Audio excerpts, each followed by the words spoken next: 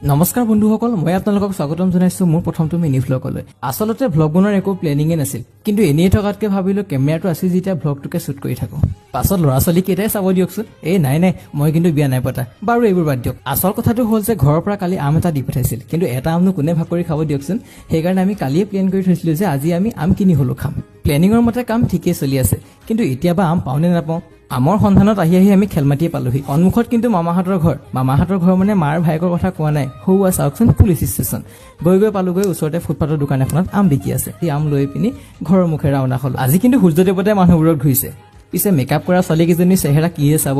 আমাৰনো makeup বুলিবলৈ কি আছে, গা ধুই আহি টাৱালখনে মুখখন মুচি দিলে ফ্ৰেছ লাগে। পিছে এওঁ হৈছে ৰাতুল এপাৰ্টমেণ্টৰ মালিক, মানে আমাৰ ৰাতুল্লা। সৰুকৈ হলেও MLA খেলা ফিল্ড এটা বনাই থৈছে। এইফালে ইহঁতি আম কাটিবলৈ ষ্টাৰ্টে কৰিলে। আম বৈদ্য টেঙা, কিন্তু বতৰটো চাই ঠিকেই আছে। এইফালে ইহঁতি খোৱা ষ্টাৰ্ট কৰিলে টেঙা দেখিলে কোনো ৰৈ থাকিব নোৱাৰে। বাৰু আজিৰ ভ্লগটো ইমানতে সামৰিছো। নেক্সট ভ্লগত আকৌ লগ